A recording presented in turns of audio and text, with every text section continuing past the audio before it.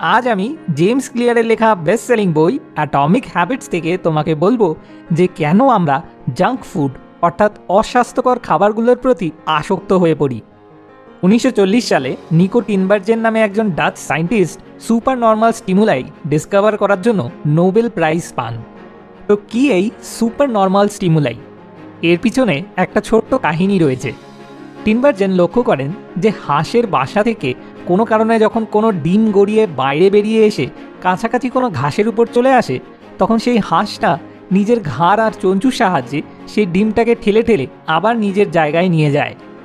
মজার বিষয় হলো, যদি হাঁসের বাসার পাশে ডিমের মতোই দেখতে কোনো অন্য গোলাকার জিনিসও পড়ে থাকে, যেমন ধরো কোনো একটা বিলিয়ার্ড বল বা একটা লাইট বাল্ব, তাহলেও সেই হাঁসটা সেই জিনিসটাকেও নিজের ঘাড় আর চঞ্চুর সাহায্যে ঠেলে ঠেলে নিজের বাসায় ডিমগুলোর পাশে নিয়ে গিয়ে রাখে। টুইস্টটা হলো, সেটা যদি নর্মাল ডিমের সাইজের থেকে অনেক গুণে বড় গোলাকার একটা ভলিবল হয়, তাহলে হাঁসটা আরও বেশি করে জান লাগিয়ে সেটাকে বাসায় নিয়ে যাওয়ার চেষ্টা করে। ঠিক যেন হাঁসটার ব্রেনে কেউ একটা প্রোগ্রাম সেট করে দিয়েছে যে যখনই আমি আমার বাসার আশেপাশে কোনো গোলাকার জিনিস দেখব, তখন আমাকে সেটাকে গড়িয়ে আমার বাসার ভিতর এনে রাখতে হবে। আর সেই গোলাকার বস্তুটা যত বেশি আকারে বড় হবে, তত বেশি আমি কষ্ট করে সেটাকে গড়িয়ে নিয়ে আসার চেষ্টা করব। তো হাঁসদের জন্য বাসার আশেপাশে পড়ে থাকা গোলাকার বস্তু সুপার নর্মাল স্টিমুলাইয়ের কাজ করে। আর এই সেম জিনিসটা অন্যান্য প্রজাতির প্রাণীদের মধ্যেও দেখা যায়। যেমন এক ধরনের পাখির ছানাদের জন্য তাদের মায়ের চঞ্চুর কাছের লাল চিহ্ন সুপার নর্মাল স্টিমুলাইয়ের কাজ করে।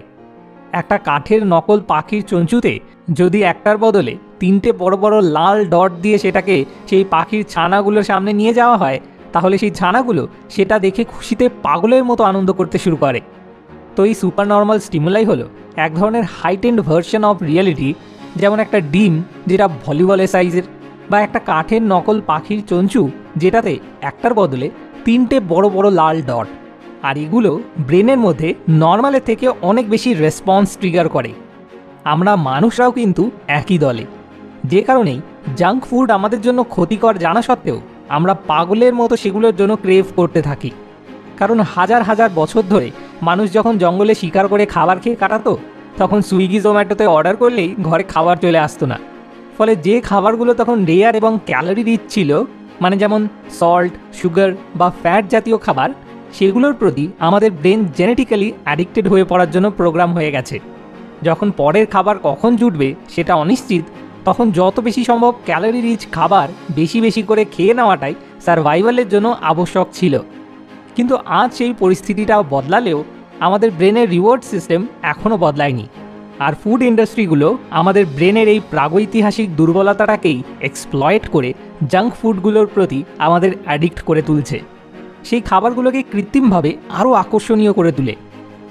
তুমি জানলে অবাক হবে যে পটেটো চিপসের কোম্পানিগুলো কোটি কোটি টাকা রিসার্চের পিছনে ইনভেস্ট করে শুধু এগুলো খুঁজে বার করার জন্য যে একটা পটেটো চিপস কতটা মুচমুচে হলে সেটা সবথেকে বেশি সন্তোষজনক হয়, কোল্ড ড্রিঙ্কসে ঠিক কতটা ঝাঁজ উঠলে সেটা দেখতে সবথেকে বেশি অ্যাট্রাকটিভ লাগে, এবং ফ্রেঞ্চ ফ্রাইজের কালার কম্বিনেশন ও মুখে দেওয়ার পরে কেমন অনুভূতি হলে সেটা খেতে সবথেকে বেশি সন্তোষজনক লাগে, যেটাকে ফুড ইন্ডাস্ট্রির ভাষায় বলা হয় ব্লিস পয়েন্ট।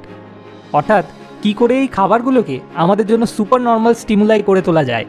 আর শুধু ফুড ইন্ডাস্ট্রি নয়, আমাদের আশেপাশে সমস্ত ইন্ডাস্ট্রিতেই, যেমন advertisement, social media, online porn, এমনকি শপিং মলে জামা কাপড় পরিয়ে রাখা ম্যানিকুইন মডেলগুলোকেও এমনভাবে গড়ে তোলা হচ্ছে যাতে সেটা রিয়েলিটি থেকে অনেক গুণে বেশি অ্যাট্রাকটিভ হয়, কারণ তবেই সেগুলো আমাদের আকৃষ্ট করে সেগুলোর প্রতি আসক্ত করে তুলতে পারে। এবার প্রশ্নটা হলো, তাহলে এখন উপায় কী? কী করে এই হাইটেন্ড রিয়েলিটি ট্র্যাপ থেকে বাঁচা যায়? তার জন্য তো সবার আগে আমাদের এটা বুঝতে হবে যে আমরা মানুষ হলেও আমাদের ব্রেন খানিকটা প্রোগ্রাম করা রোবটের মতোই আচরণ করে। তাই কোনো হ্যাবিট যদি আমাদের মধ্যে একবার ট্রিগার হয়ে যায়, তাহলে তারপর নিজেকে আটকাতে পারা আমাদের পক্ষে কষ্টকর হয়ে পড়ে। ফলে যদি তুমি চাও এই হাইটেন্ড রিয়েলিটি ট্র্যাপ থেকে রেহাই পেতে, তাহলে তোমাকে যতটা সম্ভব এগুলোর মুখোমুখি হওয়া থেকে নিজেকে বাঁচাতে হবে। তোমাকে নিজের পরিবেশ এবং ডেইলি রুটিনটাকে এমনভাবে ডিজাইন করতে হবে যাতে করে যতটা সম্ভব তুমি এগুলোকে এড়িয়ে চলতে পারো এবং এগুলোকে ট্রিগার হওয়া থেকে এড়িয়ে যেতে পারো। কারণ যেমনটা একজন নিউরোসায়েন্টিস্ট যার নাম স্টিফেন গুয়েনেট যিনি ইটিং বিহেভিয়ার এবং ওবিসিটি বিষয়ে স্পেশালিস্ট, তিনি বলেছেন, we have gotten too good at pushing our own buttons. ফলে তোমার বাটনে যদি একবার চিপ পড়ে যায়, তাহলে তারপর নিজেকে আটকাতে পারা তোমার জন্য খুব মুশকিল হয়ে যাবে। এটা তো গেল জাঙ্ক ফুডের আসক্তির হাত থেকে রেহাই পাওয়ার উপায়।